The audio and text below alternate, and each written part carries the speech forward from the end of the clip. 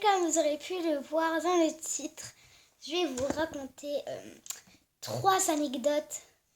Donc voilà, donc pour ceux qui ne savent pas c'est quoi des anecdotes, en fait je vais vous raconter quelques petites histoires intéressantes donc du quotidien de ma vie qui m'est un peu arrivé. Je vais devoir vous raconter des choses réelles qui me sont arrivées. Et en fait, j'en ai plutôt pas mal, j'ai remarqué.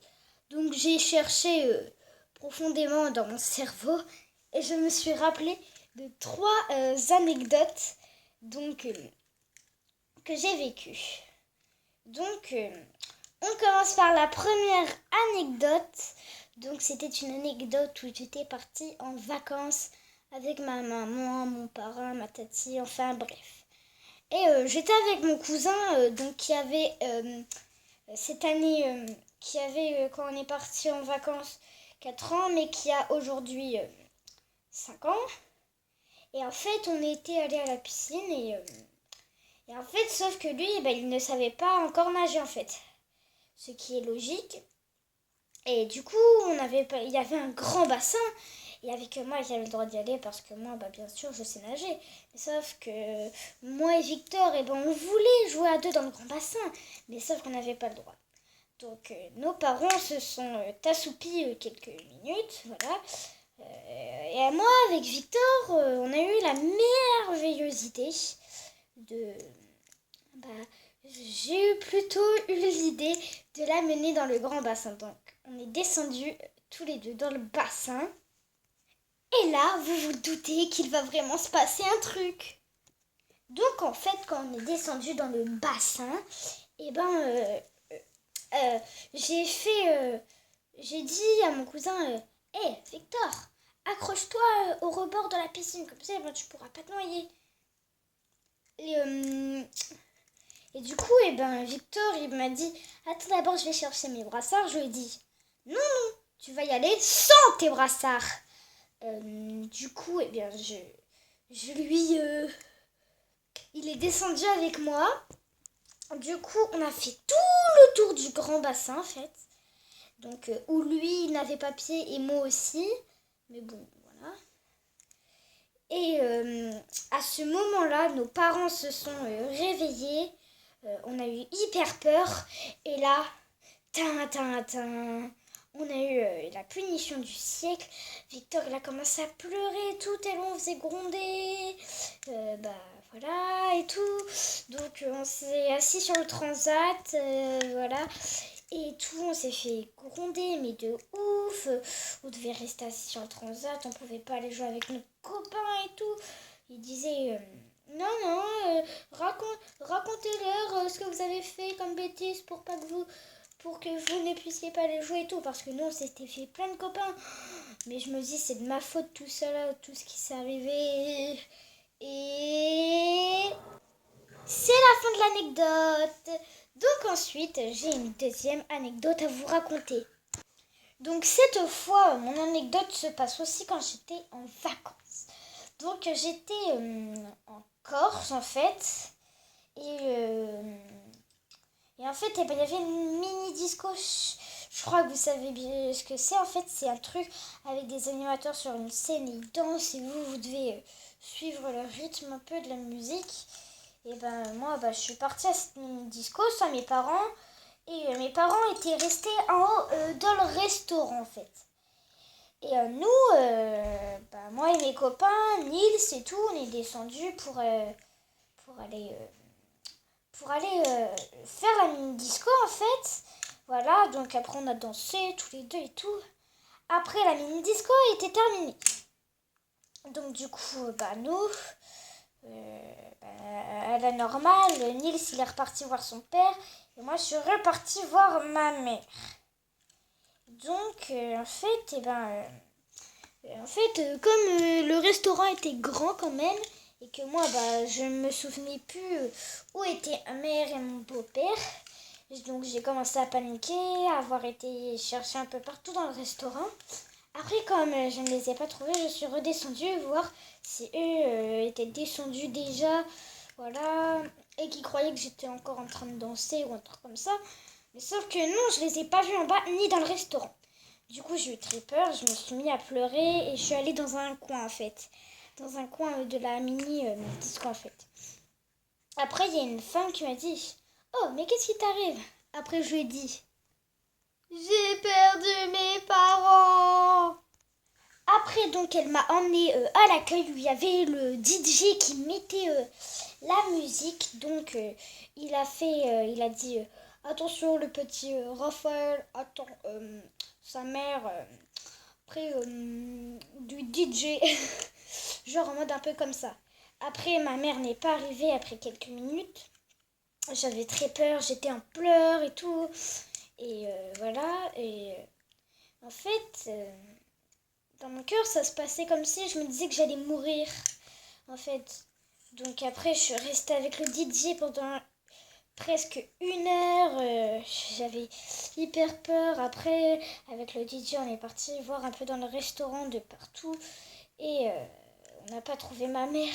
Donc j'avais très peur. Quand même, vous vous doutez que j'ai eu peur.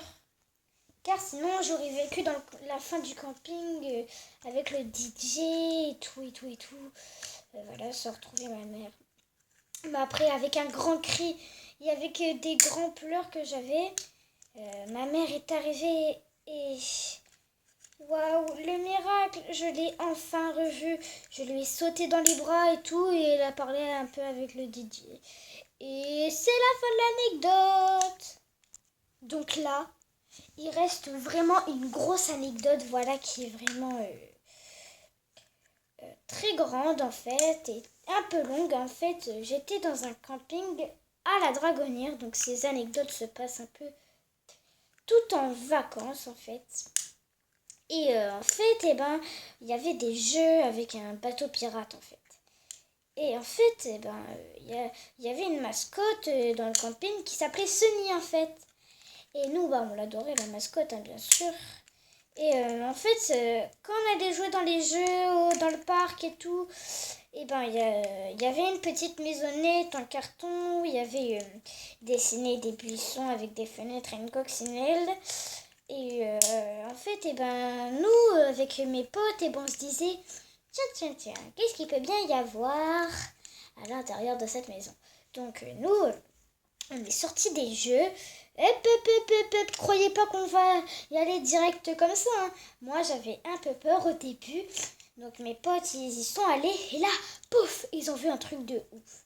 Ils m'ont dit: «Ah, Raph, viens voir et tout, c'est trop bien.» Donc nous, je voulais y aller, mais j'avais quand même peur de me faire gronder. Moi, je veux pas me faire gronder par le monsieur du camping et tout.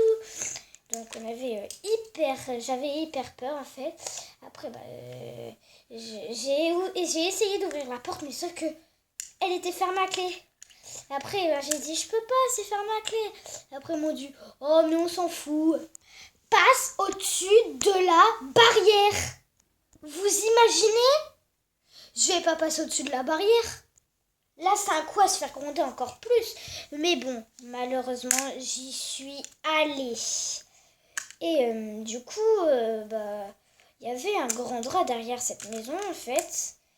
Et j'ai soulevé le drap, il y avait une porte mais toute dégueulasse. Il y avait de la peinture séchée qui est en train un peu de partir et tout. C'était horrible, je n'osais même pas toucher la porte. Mais bon, c'est mes cops qui m'ont ouvert la porte. J'ai vu une pièce toute délabrée un peu en fait. Et là, j'ai vu un carton. Je me suis rapprochée de ce carton, je l'ai ouvert et devinez ce que j'ai vu? J'ai vu le déguisement de la mascotte. Oui, je l'ai vu! Après moi, en peur, je suis repartie voir, je suis sortie de la maison et tout. Et en fait, il y avait quelqu'un qui était venu avec moi en vacances, quelqu'un de grand en fait, il s'appelle Enzo. Je crois qu'il a 14 ans ou 15 ans, je sais pas. Voilà, donc je savais pas trop il avait quel âge, mais en tout cas, je sais qu'il était très, très, très, très, très, très, très, très, très, très, très grand. Oui, très grand. Non, trop grand même. Bon, bref. Donc, du coup, à ce garçon qui s'appelle Enzo, j'ai mis les guillemets. eh bien,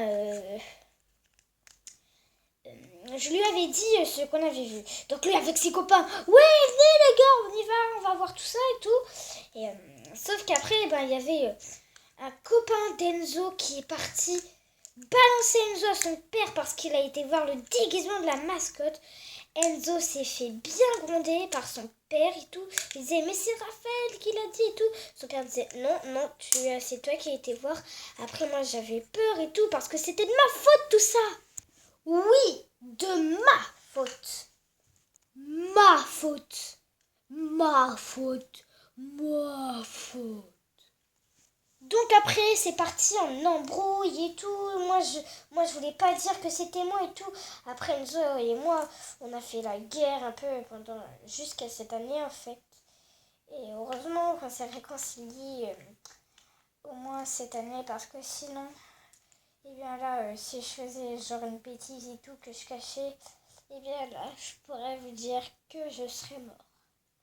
Eh bien voilà les amis. C'est la fin de ces 3 anecdotes et en tout cas j'espère qu'elle vous a plu. Si ça vous a plu, dites-le moi dans les commentaires, comme ça je pourrai refaire des vidéos d'anecdotes parce que là j'en ai plein en tête en fait. Vraiment plein. Et merci pour les 59 abonnés aussi. Ça me fait vraiment plaisir. On se rapproche tout doucement au 100. Ça me fait vraiment hyper plaisir. En seulement 25 vidéos, j'ai pu atteindre quand même peut-être à mes 100 abonnés. Ça me ferait tellement plaisir. Déjà, on a battu le record des 30 que je vous avais demandé dans une de mes dernières vidéos. Après le défi des 40. Et j'ai obtenu les 59 aujourd'hui.